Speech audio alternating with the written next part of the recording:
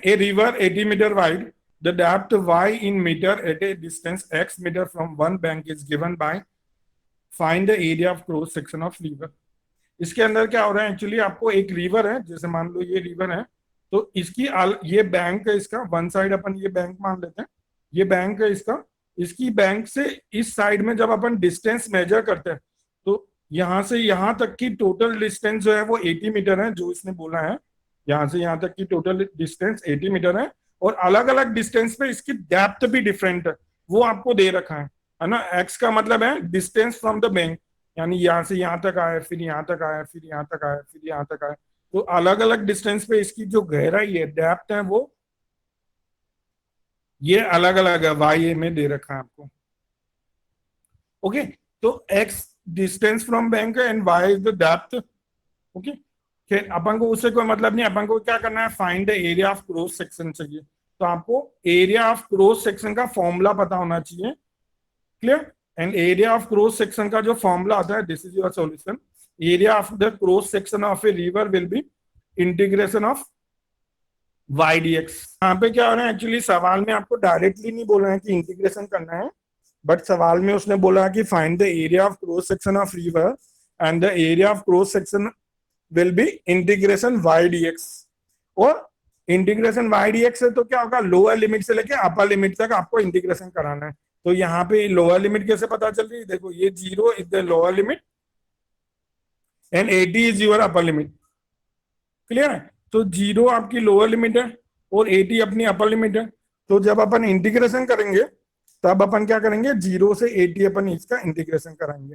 ये टेबल आपको गिवन है ऑलरेडी, है ना, टेबल आपको ऑलरेडी गिवन है, इसमें मैंने चेंज क्या किया है, देखो आपको भी यही करना है, हर सवाल में अपन यही करेंगे, जो भी टेबल है उसकी एक्स की जो फर्स्ट वैल्यू है उसको एक्स नोट मान के चलना है, then x1, then x2, then x3, then x4, then x5, x6, जितने भी हैं वो नंबरिंग कर दो, so finally we will get up to x8। ठीक है, फिर से बोल रहा हूं, ये टेबल अपन को होनी ही चाहिए, नहीं दे रखी है अगर सवाल में तो अपन टेबल बनाएंगे। ओके, अगर अपन को टेबल बन जाती है उसके बाद अपन को क्या करना है, एक्स की नंबरिंग करनी है, वैल्यू ऑफ एक्स की, तो फर्स्ट वैल्यू ऑफ एक्स जो होगी वो एक्स नोट होगी, then x1, x2, x3, x4, x5, x6 and x7, जितनी हो उतना लगाना है, एंड करस्पॉन्डिंग y में भी अपन को नंबरिंग करनी है, x नोट के सामने y नोट आएगा, x1 के सामने y1 आएगा, x2 के सामने y2, y3, y4, y5, y6, y7 and y8। तो ये अपनी टेबल हो गई फाइनल, ये अपना फॉर्मूला हो गया। अब अपनी बात जो मेन थी वो n और h की बात थी ना, कि आपको ये पता है कि मैंने ये बोला था कि a जो होता है वो लोअर लिमिट होती है, तो a की वैल्यू तो हो गई 0, b जो होता है वो अपर लिमिट होती है, तो b की वैल्यू हो गई 80, तो a और b की वैल्यू तो अपन इजीली मिल रही है अपन को। अब रही मेरे पास n और h की वैल्यू, है ना, तो n की वैल्यू कैसे निकालते हैं, n का मतलब होता है नंबर ऑफ इंटरवल, तो आपको इंटरवल काउंट करने हैं, इंटरवल का मतलब होता है बीच के गैप, इंटरवल यानी बीच का गैप, है ना। इंटरवल जैसे आप मूवी देखने जाते हैं तो क्या होता है, बीच में इंटरवल होता है, इंटरवल क्या होता है, फर्स्ट पार्ट और सेकंड पार्ट के बीच का जो गैप होता है, that is called interval. Similar here, जो वैल्यू के बीच में गैप है वो अपने इंटरवल है, तो उसको एन का मतलब नंबर ऑफ इंटरवल्स है, तो यहाँ पे अपन को काउंट करने हैं, फर्स्ट इंटरवल ये है ना, सेकंड इंटरवल ये है, थर्ड इंटरवल ये है, fourth interval, fifth interval, sixth interval, 7 and 8। तो n की वैल्यू कितनी हो गई, 8 हो गई, है ना, क्योंकि नंबर ऑफ इंटरवल्स आर 8। वापस से बोल रहा हूं, इंटरवल जो होता है वो दो वैल्यू के बीच का जो डिफरेंस होता है, that is called interval. And मतलब नंबर ऑफ इंटरवल, तो you have to count the difference between the value of 2, तो this is the first difference, second difference, third difference, 4, 5, 6, 7 and 8। तो value of n will be 8। n की value आपको अच्छे से पता होनी चाहिए, क्योंकि इसी के अकॉर्डिंग अपन को फॉर्मूला यूज करना है। देखो यहाँ पे उसने अपन ने फॉर्मूले से अपन ये पता लगा दिया कि अपन को इंटीग्रेशन करना है, बट यहाँ पे अभी भी अपन को ये पता नहीं चला कि अपन कौन सा फॉर्मूला यूज करें, क्योंकि अपने पास इंटीग्रेशन के 3 फॉर्मूले हैं, trapezoidal rule, Simpson 1/3 and Simpson 3/8 rule. तो कौन सा फॉर्मूला यूज करेंगे, that is depend on n। और अगर n की वैल्यू 8 है, here we will apply Simpson 1/3 rule. Why? Because n equals to 8 is the multiple of 2. तो अगर मल्टीपल ऑफ 2 जब भी आता है तो अपन को सिम्पसन 1/3 फॉर्मूला यूज करना है। और फॉर्मूले में अपने पास क्या होता है, एच काम में आता है। तो अगर अपन एच की वैल्यू काउंट करते हैं तो एच का मतलब होता है वैल्यू ऑफ इंटरवल। एच का मतलब होता है वैल्यू ऑफ इंटरवल। तो जब अपन वैल्यू ऑफ इंटरवल देखते हैं तो ये ध्यान रखना, जब वैल्यू ऑफ इंटरवल देखेंगे तो एक्स की वैल्यू में से ही देखना है, वाई की वैल्यू को कंसिडर नहीं करना है। यहाँ पे एन के लिए आप एन की वैल्यू के लिए आप एक्स या वाई में के कुछ भी कंसिडर कर सकते हैं, but for the value of h you have to consider the value of x. और एच का मतलब क्या होता है, वैल्यू ऑफ इंटरवल। तो मैंने बोला कि इंटरवल क्या है, ये वाला इंटरवल है, इसकी वैल्यू देखनी है। तो यानी इन दोनों के बीच में डिफरेंस कितने का है, डिफरेंस अगर अपन निकालते हैं, डिफरेंस का मतलब क्या होता है, माइनस करना। तो जब अपन डिफरेंस निकालते हैं तो 10 माइनस 0 विल बी 10। यहाँ पे भी निकाल सकते हैं 20 माइनस 10 विल बी 10। यहाँ पे भी निकाल सकते हैं 40 माइनस 30 विल बी 10। यहाँ पे भी निकाल सकते हैं 30 माइनस 20 दिस इज 10। कहीं पे भी कोई भी आप डिफरेंस निकाल सकते हो ना। H will be the value of interval. तो आप कोई सा भी इंटरवल ले लो, उसका जो डिफरेंस आएगा, वैल्यू जो आएगी इंटरवल की, वो अपना एच होगा। तो यहाँ पे इंटरवल कितने का है, 70 से 80 के बीच में, that is your 80 minus 70 and this is your 10। So value of H will be 10। और वापस बोल रहा हूँ मैं, वैल्यू एच जब निकालते हैं तो एक्स की वैल्यू का इंटरवल देखना होता है अपन को, ठीक है। तो यहाँ पे मेरे पास एन की वैल्यू अभी आ गई, एच की वैल्यू भी आ गई, है ना। यही टेबल में आगे यू ले लेता हूँ क्योंकि मुझे फॉर्मूले में अप्लाई करनी पड़ेगी। So next here I use Simpson 1/3 formula. This is your Simpson 1/3 formula, that is what a, area का मैंने ए लिया, that is formula is h by 3। यहाँ पे मेरा फॉर्मूला आता है फर्स्ट प्लस लास्ट। एक बार फिर से मैं आपको फॉर्मूला दिखाता हूँ, 1/3 रूल फॉर्मूला जो अपन ने पहले किया हुआ है। फॉर्मूला क्या होता है, देखो h by 3 y naught plus y n, n का मतलब लास्ट वैल्यू ऑफ वाई। यहाँ पे इवन ऑर्डिनेट्स आते हैं, यहाँ पे ओड ऑर्डिनेट्स आते हैं। इवन ऑर्डिनेट को 2 से मल्टीप्लाई कराना है एंड ओड ऑर्डिनेट को 4 से मल्टीप्लाई कराना है। ओके, यही चीज अपन अप्लाई करते हैं, ओके नाउ। ओके, यहाँ पे h बाय 3 फॉर्मूले में क्या होता है, फर्स्ट प्लस लास्ट। तो फर्स्ट आपके पास क्या है, वाई नॉट, लास्ट क्या है आपके पास, y8। तो फर्स्ट प्लस लास्ट यानी y naught plus y8 plus twice into होता है इवन ऑर्डिनेट। इवन को, इवन अपन को वैल्यू से मतलब नहीं है ना, ये वाला नहीं लेना है। ओके, अपन को इवन ऑर्डिनेट का मतलब यहाँ जो नीचे सफिक्स में अपन ने जो लिखा ना, वो वाले इवन होने चाहिए, वैल्यू से मतलब नहीं है। तो इवन ऑर्डिनेट कौन सा हो गया, एक तो y2 हो गया, एक y4 हो गया, एक y6 हो गया। y8 नहीं लेंगे, this is also even ordinate, but ये आ चुका है। तो जो एक बार आ गया है उसको वापस नहीं लेना है, इसलिए मैंने यहाँ पे y2 y4 y6 ही लिया। ओके, इवन ऑर्डिनेट को 2 से मल्टीप्लाई करना है और लास्ट वाला जो है वो पहले ही आ चुका है इसलिए वापस नहीं आएगा। फिर 4 से अपन ओड ऑर्डिनेट करते हैं, तो ये देखो y1 is odd, y3 y5 and y7, है ना। यह एक जो सफिक्स है ना y के नीचे, उससे मतलब है अपन को इवन है या ओड है, वैल्यू से मतलब नहीं है। तो this is your y1 y3 y5 and y7 are odd ordinates according to formula. इसको 4 से मल्टीप्लाई किया, इसको 2 से मल्टीप्लाई किया। अब आपको वैल्यू रखनी है सिंपली। h की वैल्यू कितनी थी, मेरे पास 10 थी, तो मैंने h की वैल्यू 10 रख दी प्रीवियस स्लाइड से। y0, ये देखो y0 की वैल्यू कितनी है, 0, यहाँ 0 आ जाएगा। फिर यहाँ पे कौन है, y8, तो y8 की वैल्यू 3 यहाँ आ जाएगी, तो ये हो गया 0 प्लस 3 दिस वन। फिर है y2, y2 की वैल्यू 7 यहाँ आएगी, y4 12 यहाँ आ जाएगा एंड y6 14 यहाँ आ जाएगा। So we will get 7 plus 12 plus 14, this is your 7 plus 12 plus 14। ऐसे y1 की वैल्यू है 4, this will become here, y3 is 9, y5 is 15 and y7 is 8. So here I will get 4 plus 9 plus 15 plus 8. This is okay.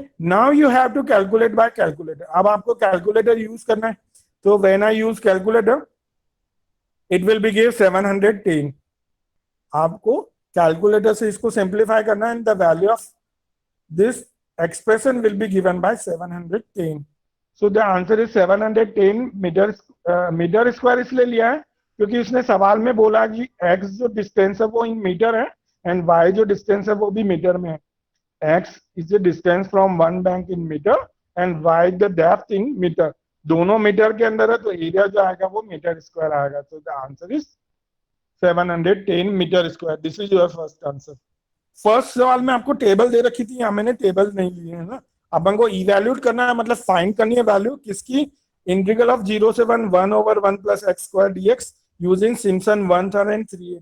यहाँ पे ये दोनों rule apply करने हैं अपन को। ओके, इसके अंदर फिर आपको ये भी बोला है कि पहले तो आपको इसको सोल्व करना है, फिर आपको पाई की वैल्यू भी फाइंड आउट करनी है कि पाई की वैल्यू कितनी होती है ना। हैंस ऑब्टेन्ड है, तो आप ये से नहीं कि पाई की वैल्यू डायरेक्ट लिखें, इसी सवाल से आपको पाई की वैल्यू निकालनी है। ओके, अब जैसे मैंने बोला कि अब अगर आप फॉर्मूला यूज करते हैं कोई भी, तो आपको टेबल पता होनी चाहिए। तो अपन क्या करेंगे, यहाँ पर इसकी टेबल बनाएंगे। तो सबसे पहले मैं a B n h y इनकी वैल्यूज निकालता हूँ। मैंने क्या बोला था, जो लोअर लिमिट होती है वो ए होती है, तो ए की वैल्यू कितनी हो गई 0। अपर लिमिट जो होती है वो बी होती है, तो बी की वैल्यू कितनी हो गई 1। Value of A is 0, value of B is 1। और जिसका इंटीग्रेशन करना है वो होता है y, है ना, क्योंकि फॉर्मूला क्या होता है अपना, इंटीग्रल y dx। तो इंटीग्रेशन जिसका भी करना है वो y होता है, मतलब y की वैल्यू हो गई 1/1 plus x square. I think इन तीनों चीजों में कोई दिक्कत नहीं होगी। Value of A is 0, value of B is 1 and value of y is 1 plus x square. Value of n और h, तो n की वैल्यू मैंने यहाँ पे 6 ली है। 6 क्यों ली है मैंने यहाँ पर वैल्यू, देखो मैंने क्या बोला था, अगर आपको सिम्पसन 1 थर्ड अप्लाई करना है, चलो प्रीवियस स्लाइड पे चलते हैं।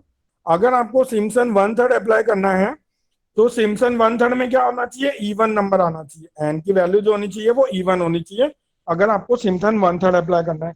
और अगर आपको 3/8 अप्लाई करना है तो सिम्पसन 3/8 अप्लाई करने के लिए क्या होनी चाहिए, एन की वैल्यू मल्टीपल ऑफ 3 होनी चाहिए, है ना। तो यहाँ पे आपको मल्टीपल ऑफ 2 वैल्यू लेनी है और यहाँ पे मल्टीपल ऑफ 3 वैल्यू लेनी है।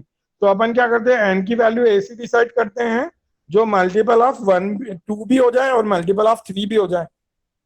तो अगर अपन ऐसी वैल्यू ढूंढे जो मल्टीपल ऑफ 2 भी है एंड मल्टीपल ऑफ 3 भी है, तो दैट वैल्यू विल बी 6, है ना। 6 ऐसी वैल्यू है जो मल्टीपल ऑफ 2 भी होती है और मल्टीपल ऑफ 3 भी होती है।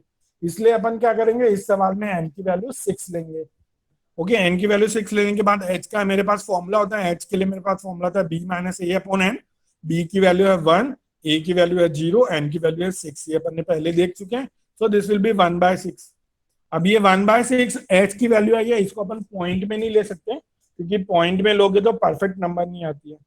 और भी एक चीज है, अगर आपको एन की वैल्यू में कभी भी कंफ्यूजन हो, सिंपल सी बात है, अगर एन की वैल्यू में कभी भी कंफ्यूजन हो तो एन की वैल्यू 6 ले लो, है ना। एन की वैल्यू 6 ले लो, ये हमेशा लगेगी। सो कंफ्यूजन वाला काम नहीं रखना है। ओके, आई थिंक ये सब क्लियर हो गया होगा। वाई की वैल्यू, ए बी एन और एच की वैल्यू। अब अपन को टेबल बनानी है। Okay, now we have to make table. Table में क्या करते हैं, देखो सबसे पहले मैंने एक्स लिया, वाई की वैल्यू मुझे निकालनी है। पहले मैं एक्स की वैल्यू निकालता हूं। कैसे निकालते हैं एक्स की वैल्यू, सबसे पहले तो आप ए ले लो।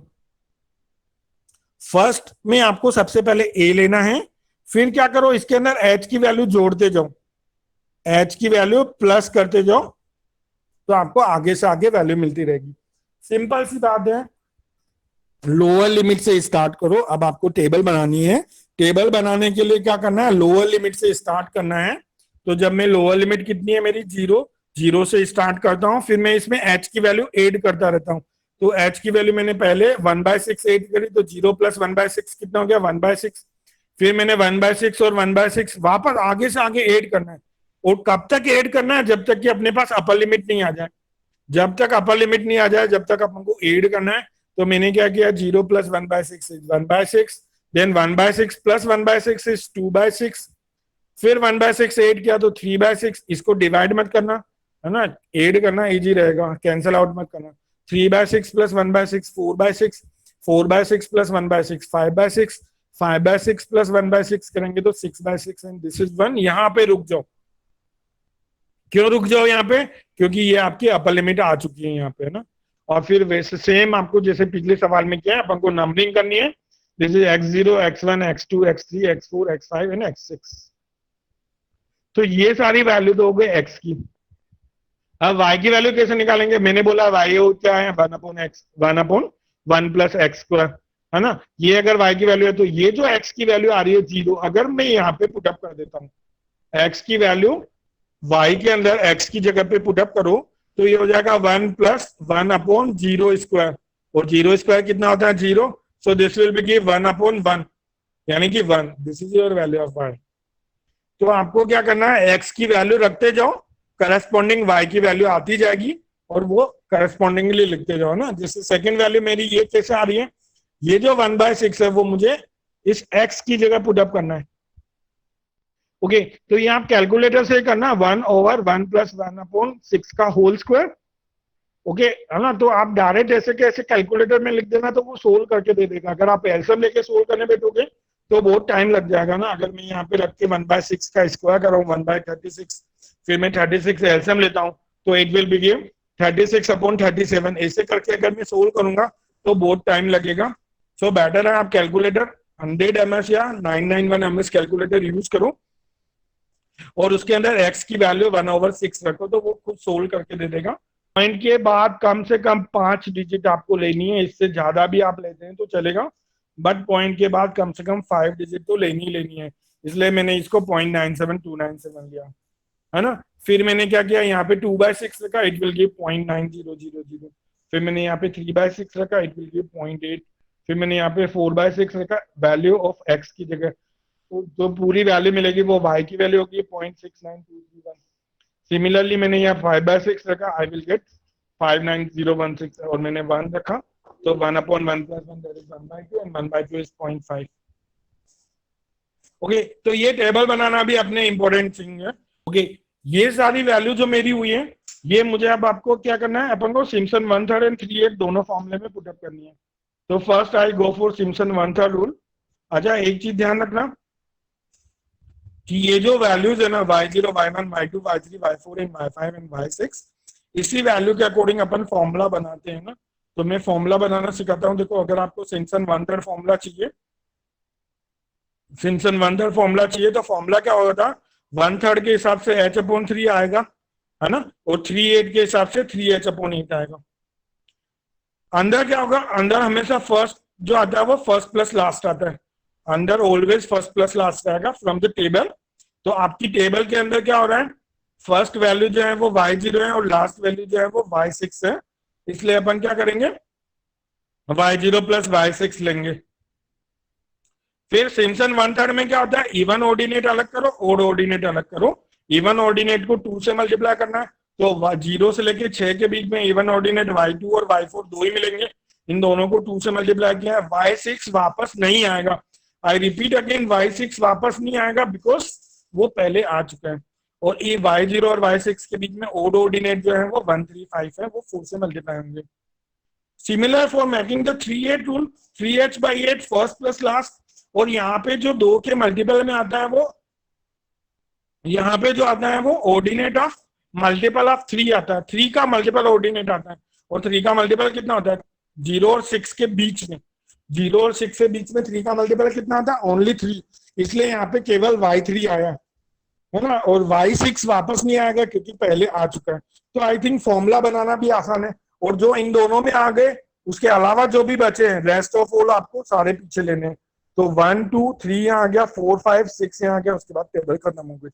तो ऐसे अपन 3/8 फॉर्मूला भी याद रख सकते हैं, फर्स्ट प्लस लास्ट, 3 के मल्टीपल के ऑर्डिनेट को 2 से मल्टीप्लाई करना है और बाकी सबको 3 से मल्टीप्लाई करना है। बाकी अपने पास टेबल है ही है, उसके अकॉर्डिंग वैल्यू रखनी है। h मैंने लिया था 1/6, इसलिए मेरा h की वैल्यू 1/6 आई है।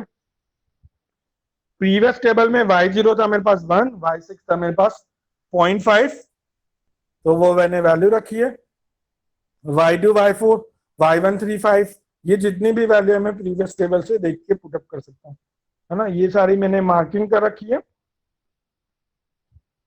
ये सारी मार्किंग है अपने पास, इसके अकॉर्डिंग अपन को वैल्यू पुटअप करनी है।